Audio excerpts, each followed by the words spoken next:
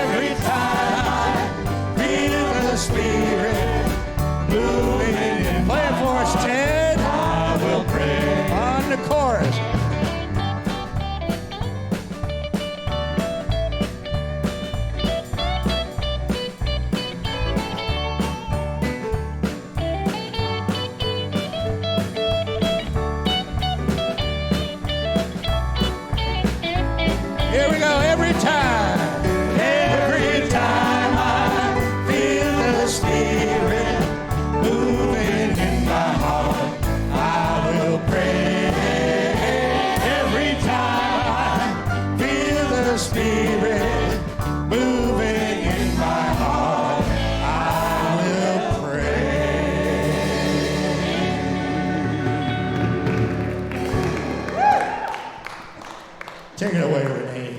Renee Witten on piano, everybody.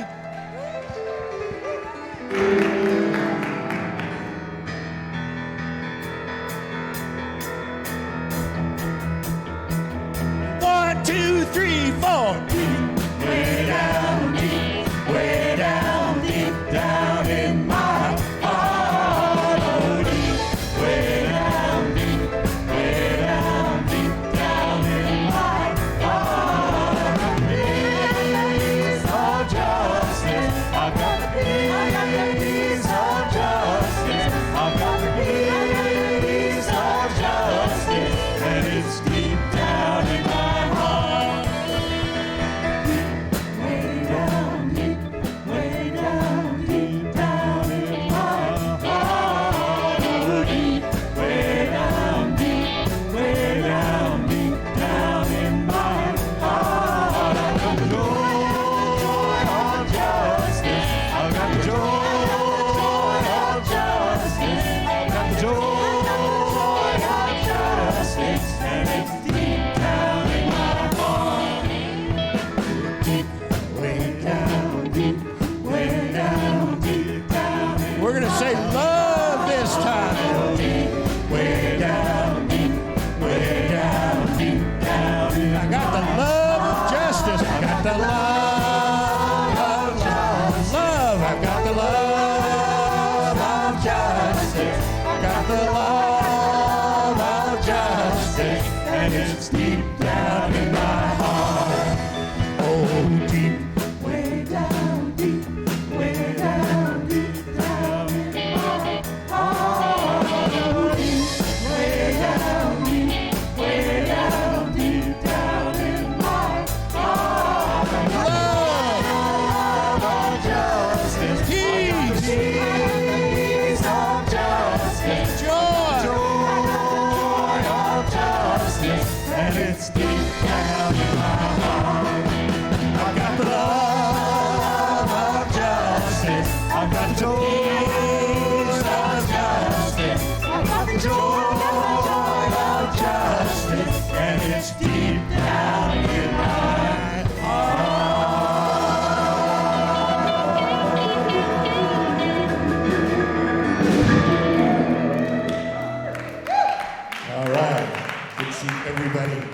participating out there. We, as musicians, and for pretty much everybody in the world, this next song we would like to dedicate to David Crosby.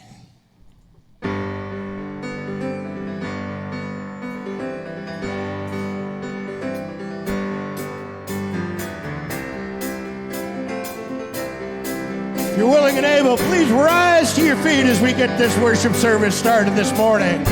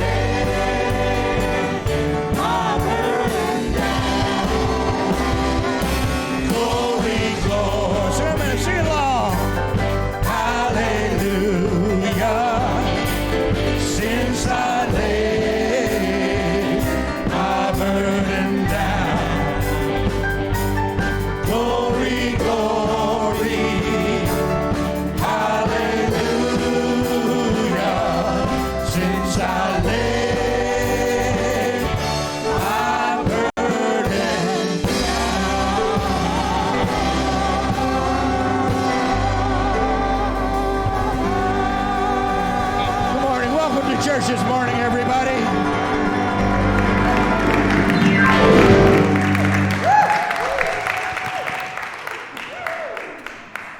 Good morning, church. My name's Claudine Tong. I serve on your board. Good morning. In the choir and in Joyful Noise, but I got up late. So, welcome to church. We acknowledge that the land and the peoples who belong to this land, the Muwekma Ohlone peoples, our church and our institutions and homes are occupying their lands, ancestral and current. As I often hear it, we sit on unceded lands. We acknowledge that the lands were stolen from the Ohlone peoples who have an ancestral relationship with this land, the plants, the animals, and the water for millennia, continuous to the present day, And it's not part of this greeting, but if you want to find out about how you can pay Shumi, you can check out the Segura Te Land Trust. Thank you. Welcome to church. Sorry, I don't have an order of service, and it wouldn't come up on my phone. So, thank you. Let's see. Oh, announcements. Announcements. Okay. All right. This Saturday, not yesterday, January 28th, from 10:30 to 1:30 p.m., you can make a difference by joining with our next-door neighbors from the African American Museum and Library for a neighborhood cleanup and community beautification day. Tools, snacks, and water will be provided. Contact Steve Thomasberger at office@uuoakland.org for more info. Okay, there's a lot here, but listen carefully. The nominating committee seeks candidates for the Board of Trustees in advance of the annual meeting in March. While you must be a member of the congregation to serve, the committee is looking for people of all ages, races, gender identities, and social classes. The board is most in need of people who can serve 3-year terms. If you don't feel ready to take on this job, you can help by suggesting others. Contact boardnomination@uuoakland.org. And speaking of the board, our next meeting will be this Tuesday, January 24th. The meeting begins with a 15-minute open comment period at 6:45 p.m. All are invited, and links to Zoom and the meeting packet can be found in Chalice Chatter, or you can email board@uuoakland.org. Newcomers and friends are warmly invited to explore membership at First Unitarian today after worship service. Clark Sanford from the Community Connections team will share information and answer your questions in the Star King room. And if you have already been participating and feel ready to join, please come to sign the membership book. Childcare is available and light snacks will be provided. If you can't stay today, drop by to say hello and find out about future dates or email. And because I'm able to hijack this, I'm going to ask you to save the date for February 3rd for the Rosa Parks Transit Equity Day online rally. I'll have some copies of this slip at coffee hour so you can hit the QR code and get ready. It's our chance to, as a church, as a community, help people and help our environment. Thank you. Welcome.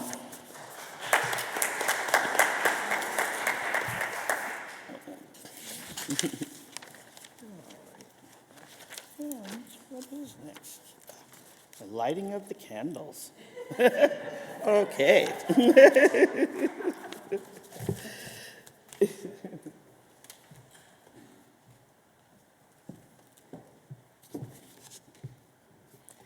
We light the peace candle with the words of JFK and Desmond Tutu. Peace is a daily, a weekly, a monthly process, changing opinions, eroding old barriers, building new structures. Do your little bit of good where you are. It's those little bits of good put together that overwhelm the world.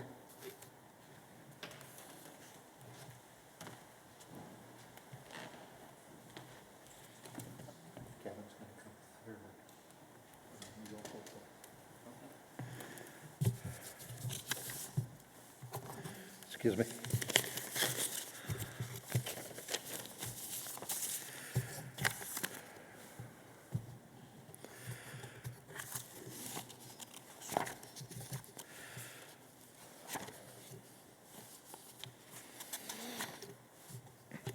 Thank you for your patience.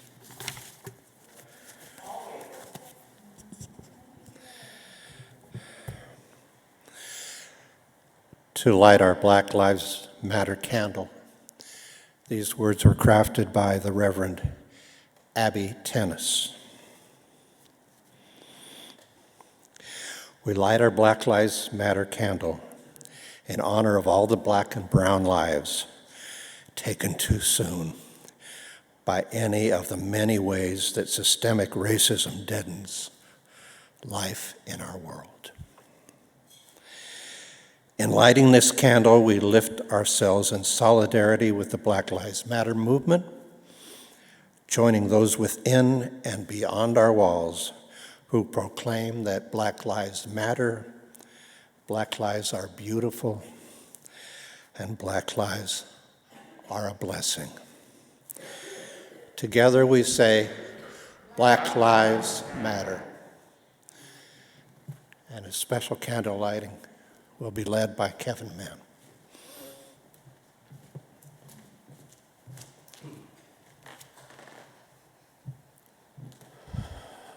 As we gather this morning, we light yet another candle to honor the 10 lives killed and 10 lives injured last night at another mass shooting event that happened at a Lunar New Year celebration 7 miles east of downtown Los Angeles in Monterey Park, one of the centers of the Asian American communities in Southern California.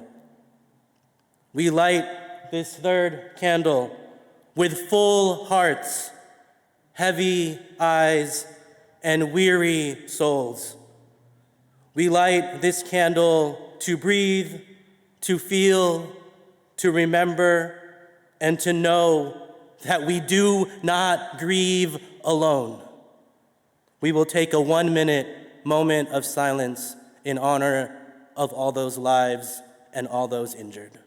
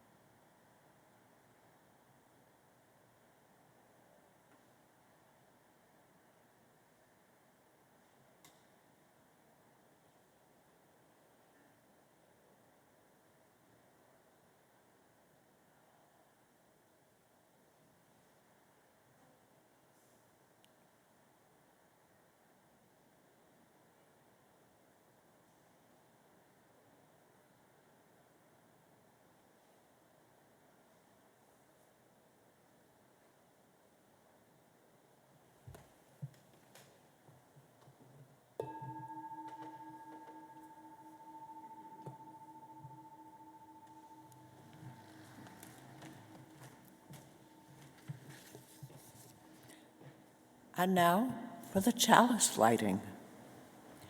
Let's say these words together. I think you know them well. And if you know the motions, do the motions too. We light this chalice, symbol of Unitarian Universalism. May it remind us of the divine spark in all creation, the power of love to heal what is broken, and to be grateful for life's blessings each day.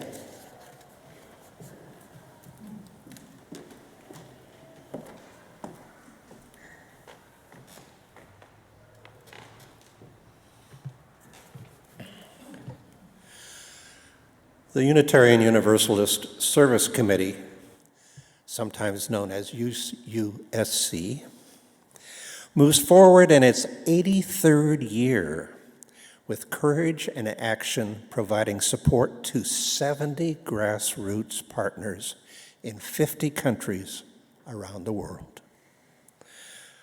Our partners turn from despair as UUSC, with our congregation's help, supports and advances creative solution to our partners' human rights challenges.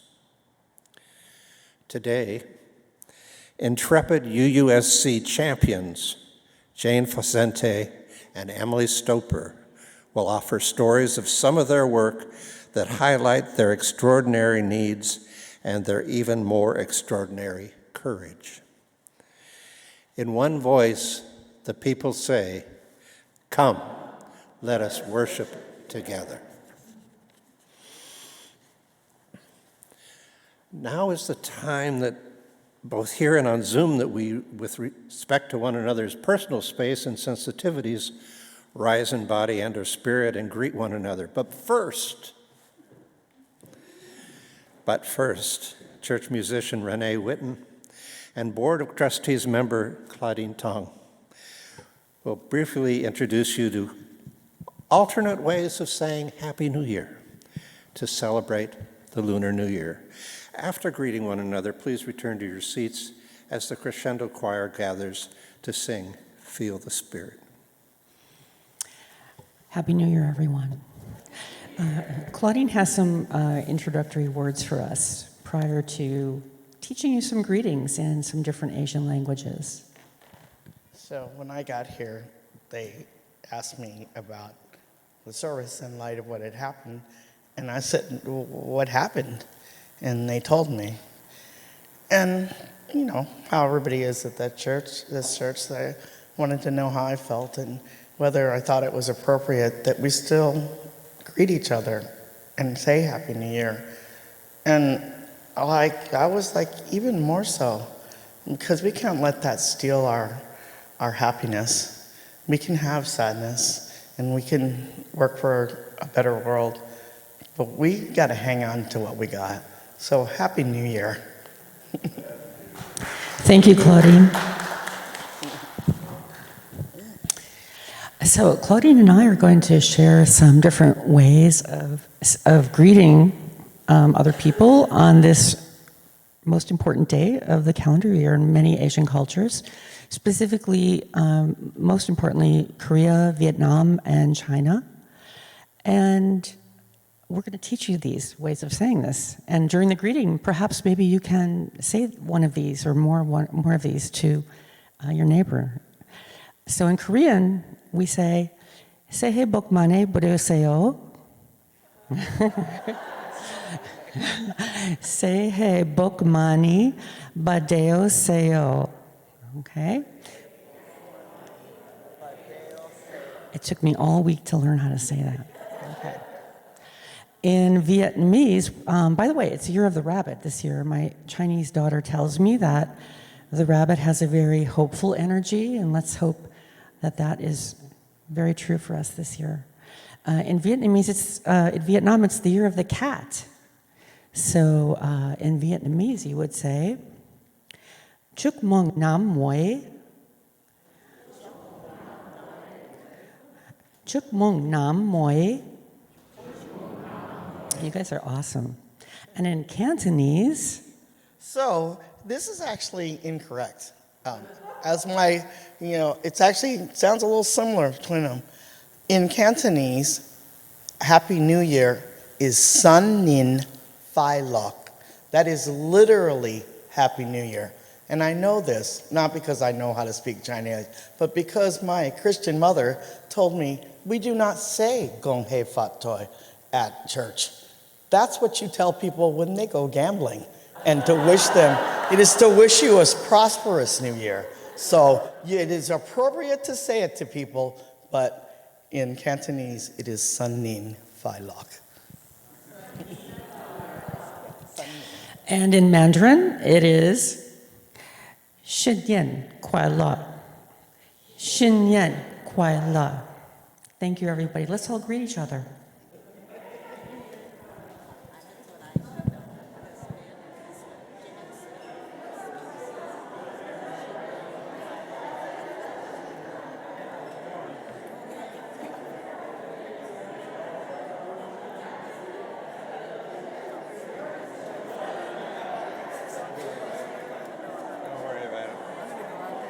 Let's do that.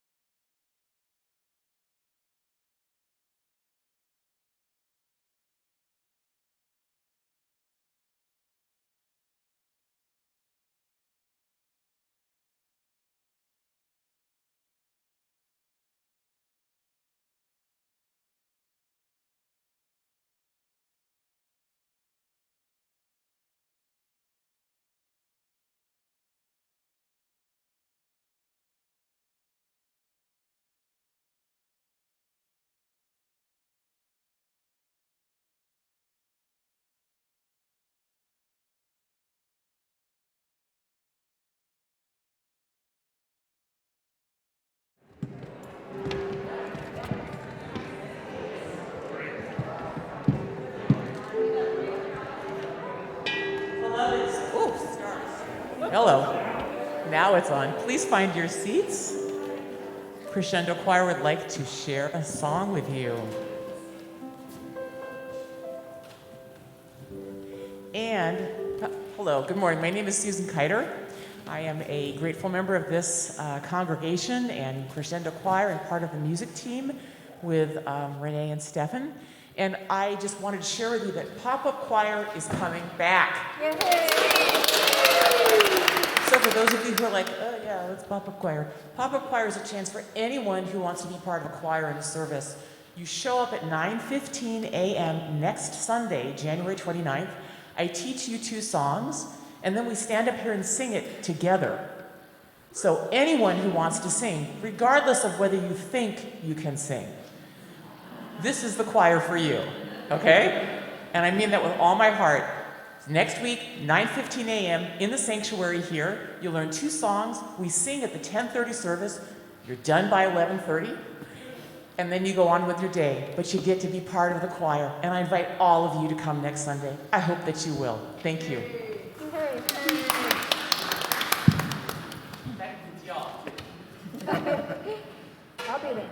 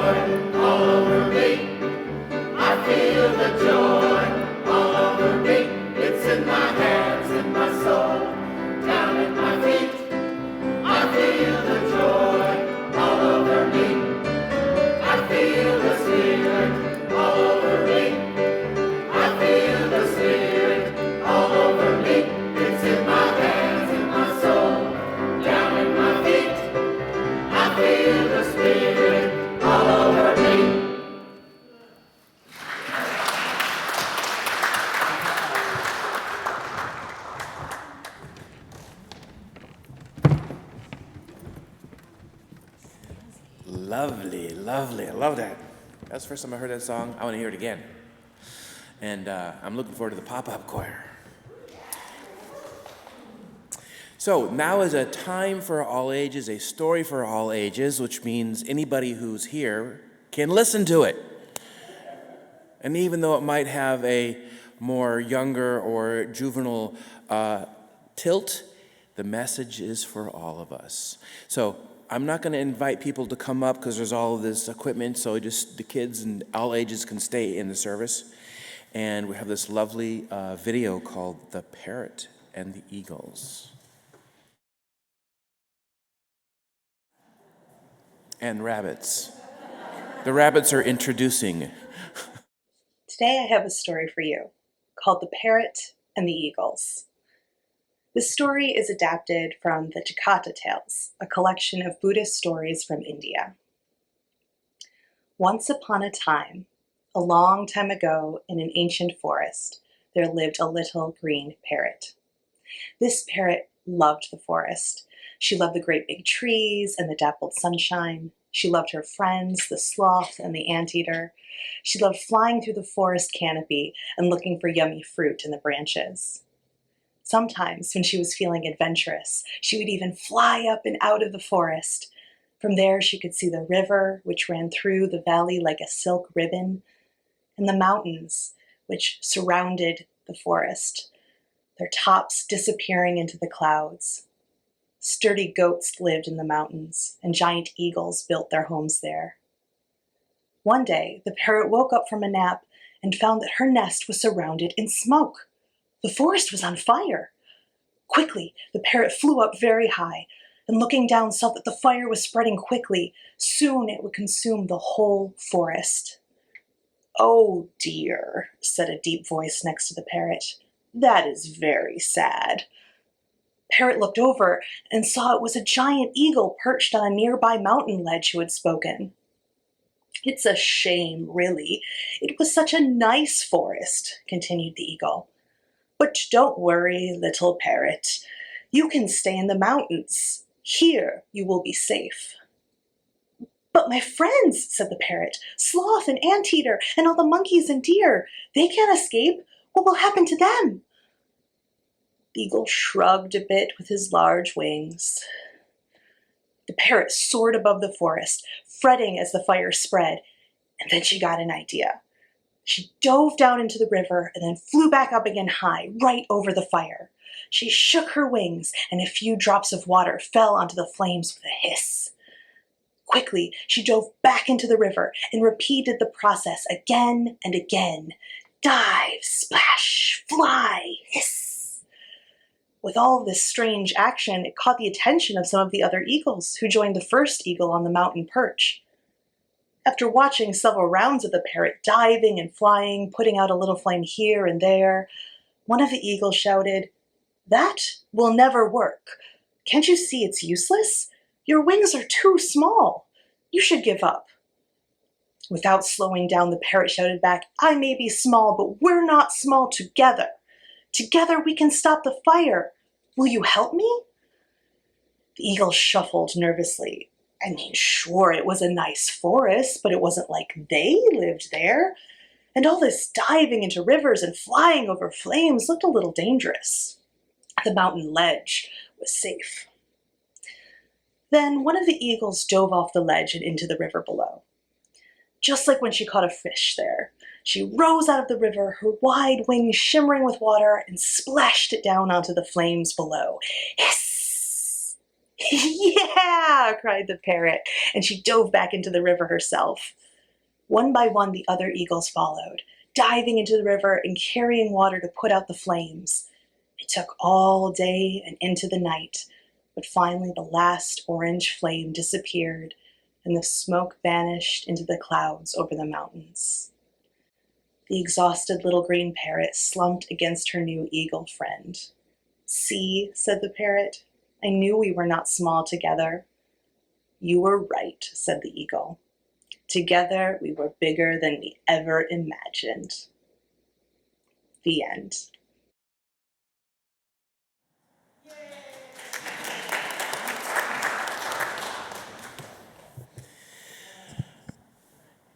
Combining the story with the concept of the new year, what is it that we, this community, are going to join together to do in this new year? Together we can. And we're going to sing "Love Will Guide Us," and during the last verse, I'll go through, and then the children and youth are invited to follow me upstairs. We have some activities upstairs. Love will guide us. Stand and move and groove if you got it.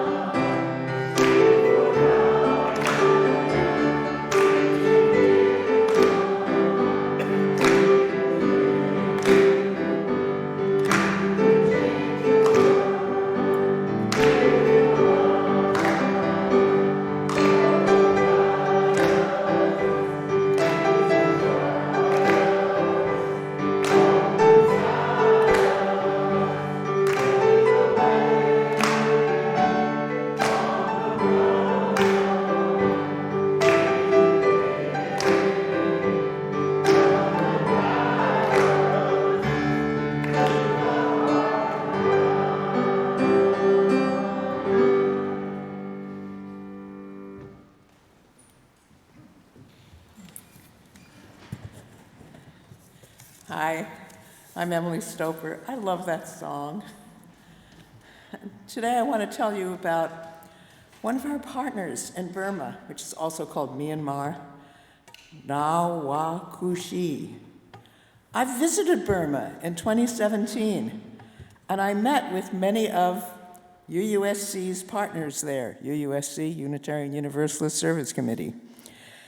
These meetings were secret because political and humanitarian work in Burma are both viciously repressed by the government. 4 years after my visit, in 2021, the military junta took over control from an elected government, sparking a nationwide rebellion, and things got much worse. The population is subjected every day to military attacks. Let's have a slide of what it looks like in a Burmese village. Slides? Yes, there it is. These military attacks are on villages and farming areas, and they're attacks by the Burmese government. I'm talking about airstrikes on villages and farmland, mortar shelling, the burning of entire villages, landmines deliberately planted in and around villages. Now, the Western media give very little attention to all of this. You may not have heard of it at all. We hear every day about Ukraine, but almost never about Burma, which is, Burma is one of the poorest, most oppressive, most corrupt countries in the world. If you hear anything, it's likely to be about the genocidal expulsion of the Rohingya people. But the problem is much more widespread than that. More than 2,700 civilians in Burma have been killed since the coup in 2021. There's now tremendous food and water insecurity in internally displaced persons camps. These are called IDP camps, refugee camps, and villages. And there's also limited access to health care and education throughout the country. Minority areas have been especially targeted. The Burman ethnic group makes up only 68% of the population, and there are many small ethnic groups which have been persecuted for many years. International efforts to address these issues have been largely unsuccessful. Most governments aren't interested. Our government has done a little, but not nearly enough. Most humanitarian aid comes from the international diaspora, the people from Myanmar living all over the world, and from UUSC, the Unitarian Universalist Service Committee, of course. UUSC has been partnering with several minority groups in Burma for more than 25 years. We, and I really think of UUSC as we, a part of me, we give humanitarian aid. We document human rights violations. We raise awareness internationally about the human rights violations. We work with our partners who are pushing hard for democratic reform. I was really moved by the story of Nawakushi. Let's have the other slide now, the picture of the woman Nawakushi. There she is. She works with the Karen Peace Support Network. The Karen are one of the minorities, and the Karen Peace Support Network is one of our partners. The Karen Peace Support Network helps people flee the country, and it pushes for sanctions, so it works internationally as well as in Burma. Nowadays, many leaders of human rights groups are tortured and executed by the government. So Nawakushi and our other partners are incredibly courageous to keep standing up against the government. And so are our UUSC staff in Burma. All the activists in UUSC partner organizations must operate with a high level of caution anytime they leave their homes in Burma. They have to avoid any actions that might draw attention to them and their organizations. One person said, "We are worried about security all the time. We never feel safe." The work UUSC partners are accomplishing is awe-inspiring, but it cannot be sustained without the support of the international community and without your support. So please stop by our table in coffee hour to pick up a leaflet like this one, giving details about Nawakushi and UUSC's other partner organizations, and to chat with us and maybe give us a donation. I'll tell you more later about how to give. And now to Dick for our embracing meditation.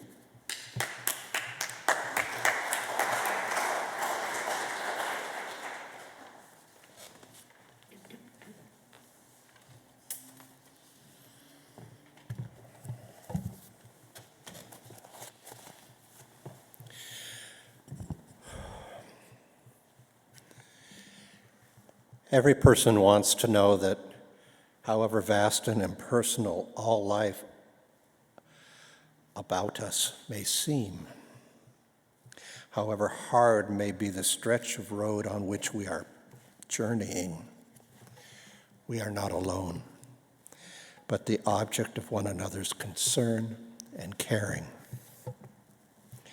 It is precisely at this point of awareness that life becomes personal and we become persons. And the way is clear for us to experience our own spirits. Now is the time in the service when we lift those in the circle of concern into the loving embrace of our larger community. Let us speak the names of those we wish to memorialize, celebrate, or remember today. On Zoom, please share names in the chat. An embracing meditation.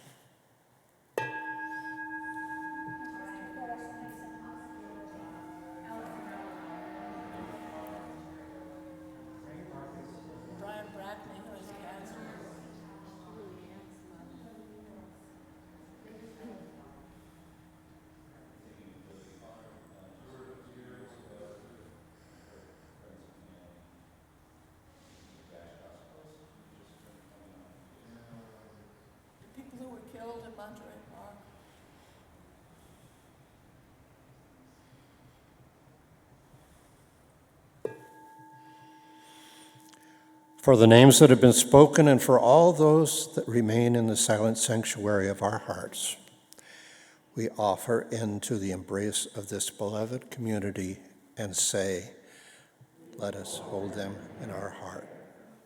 Thank you.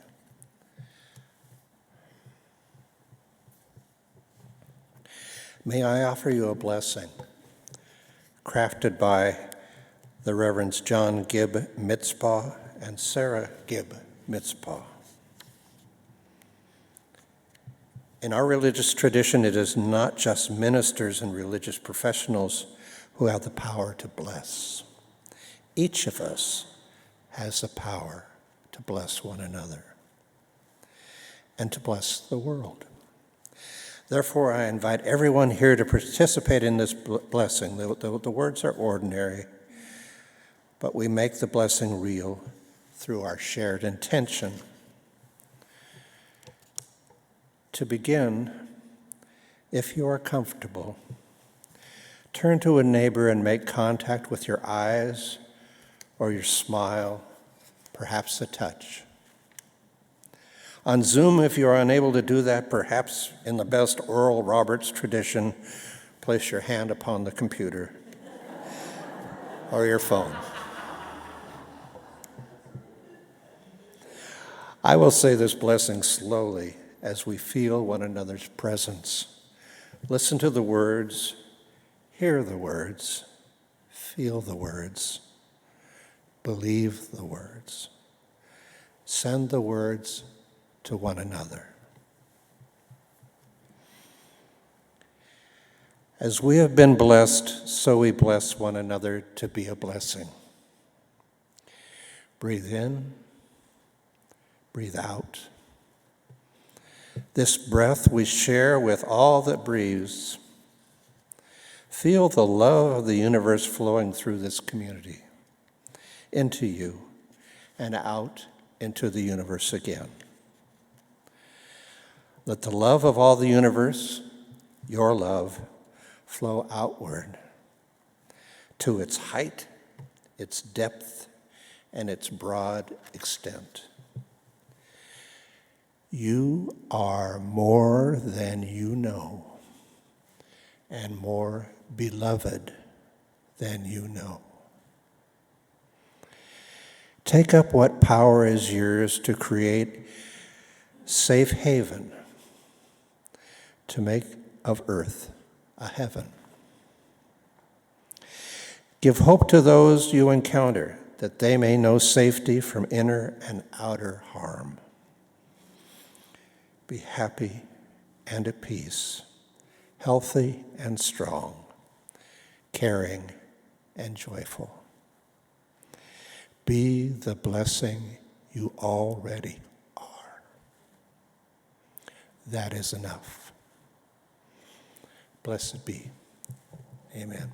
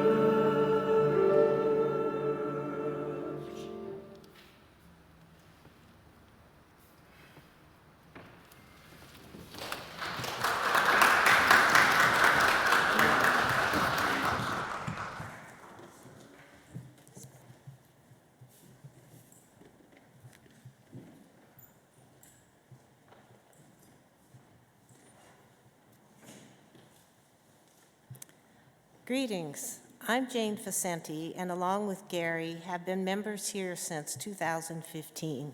But our UU roots go back to 1980.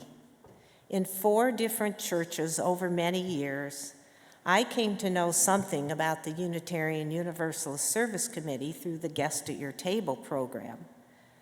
But it wasn't until I read in depth about their work that I was inspired to deepen my understanding and involvement.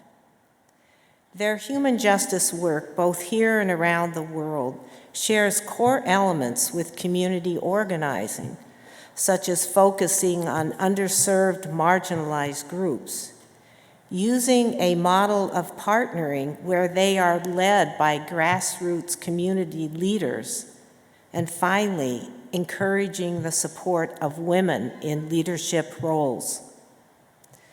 More than any other time in modern history, we live in a world where millions flee their homelands. And we in the US live in a country where our highest values and hopes for human justice are not reflected in our immigration system, not now and not for way too many years behind us. 2021 saw those seeking entrance at our borders swell to 1.7 million, most from Guatemala, Honduras, and El Salvador. Desperate for a life free of violence, poverty, and persecution, huge numbers of people make the long and dangerous trek, even knowing they face detention or separation or being returned. UUSC has been involved in this complicated and heart-wrenching work for decades. It's from their partners on the ground in crisis situations that they find their unwillingness to let despair have the last word. Gary and I are part of a team here with Michael Rothammer, Marilyn Schumacher, and Bev Smura, who has hoped to lighten despair for an asylum-seeking family. For 6 years, we have been accompanying a family of 5 from Honduras. We know firsthand the multitude of hurdles, the ever-present fears, the starts and stops of a system so unpredictable it adds to trauma, and sometimes our despair too. But now we also know a family that has new strengths, more persistence, is gaining new skills, and that has joy that comes from the smallest kindness or step forward.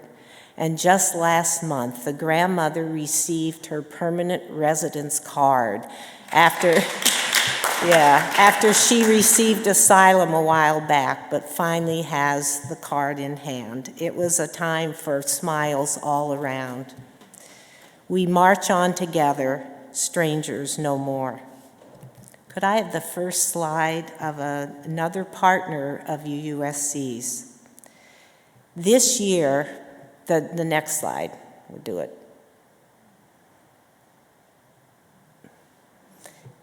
This year, one of the guests at your table is a co-leader of a group headquartered in New York City, addressing the particular needs of LGBTQIA immigrants. Meet Ian Zdanowicz, so we might not see him, but co-director, there he is, of Queer Detainee Empowerment Project, QDEP, who journeyed from Poland 14 years ago because of homophobia and transphobia. He got connected to QDEP community, who provides support for both newly arriving queer and trans immigrants and the newly released. He started as a volunteer that long ago and is now a co-director. There are no special protections for LGBTQ immigrants who are sent to facilities not based on their gender identity. The predictable violence that occurs often results in ICE placing folks in solitary confinement, causing further suffering.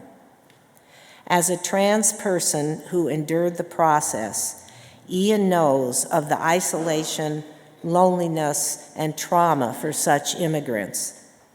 The U.S., unlike other rich Western countries, provides no government support while in asylum proceedings. The next slide. UUSC partnered with QDEP in 2017. They support their direct services program, which helps with rent, grocery, utility support for the newly released. In the past 3 years, they also partner on a QDEP leadership development program for trans women, cis queer women, and gender nonconforming folk. I end with the words of Ian Zdanowicz. I believe that love, care, and solidarity make our lives possible and make our communities powerful and soft at the same time, unquote. The word soft first surprised me. Then it moved me to realize how much hardness is in immigrant lives, hard treatment, hard stares of disapproval. May we all put attention to what softening might mean to us as we work to transform such justice, such injustice. Thank you.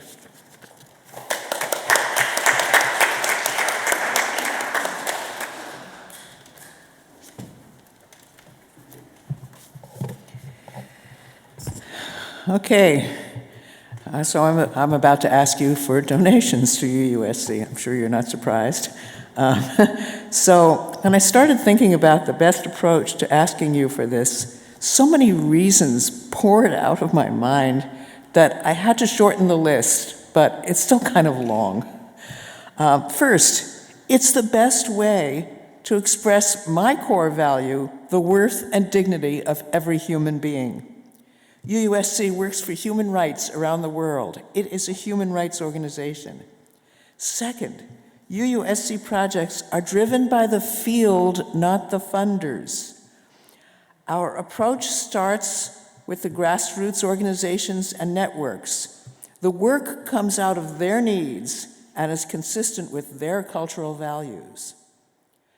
Third, UUSC helps impoverished communities to adapt to the destructive effects of climate change, from the Bayou to the South Pacific. And it supports groups that work politically to persuade the powerful to adopt policies to reduce the emissions that cause climate change. And then UUSC supports groups that stand up against brutal tyranny in places that are ignored by the rest of the world, like Burma. It works effectively with minority ethnic groups and other oppressed groups. It helps our partners to overcome poverty. And listen to this as you think about how much you want to give. UUSC has earned the highest possible rating, 4 out of 4 stars, from Charity Navigator, which is America's largest independent evaluator of nonprofit organizations. This 4-star exceptional rating, it means exceptional, indicates sound fiscal management and a commitment to accountability and transparency. Oh, I could go on and on. But let me just tell you very quickly, there are 3 ways you can donate to UUSC. Number 1, drop a check made out to UUSC in the plate as it goes by, will happen soon, and the usher will give you your check to Jane or me after the service. Number 2, watch the screen while the plate is being passed and donate to the link or the QR code on the screen. Please be sure you indicate the name of our congregation when you donate so that we can get credit for it. Number 3, come to the table in Wente Hall right after the service during coffee hour. And here's the amazing part. If you donate $150 or more, your donation will be matched by potentially 3 places, 3 times. 1, the Shelter Rock UU congregation on Long Island. 2, an anonymous donor.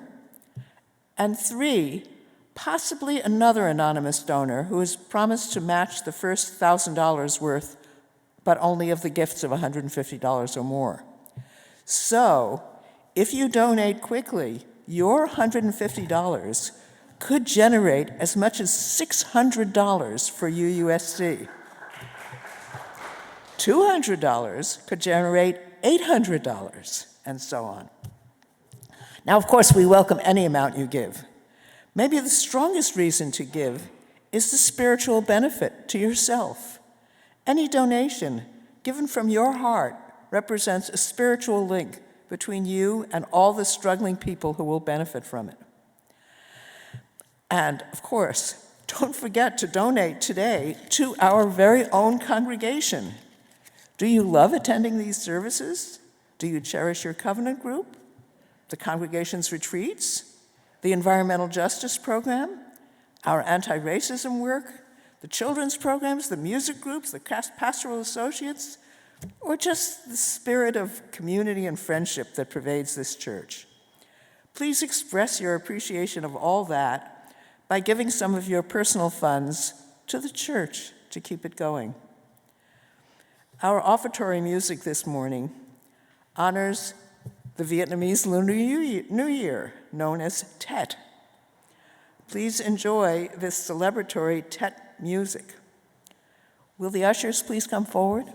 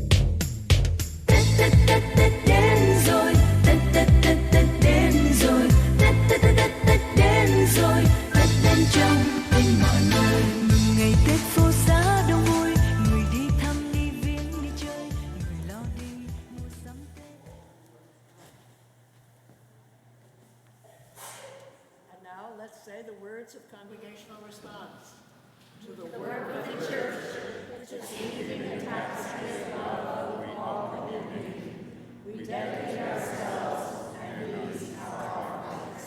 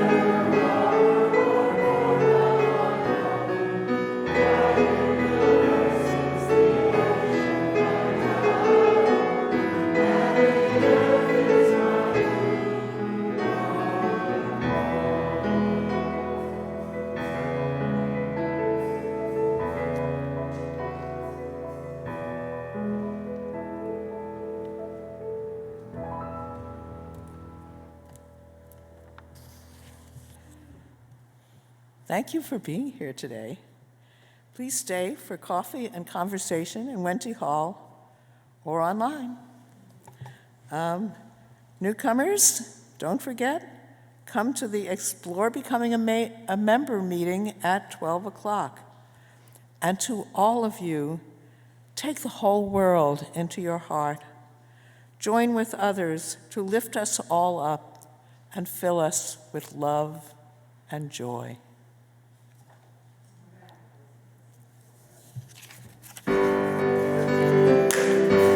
This concludes our service, but if you want to stick around for the postlude, please stick around.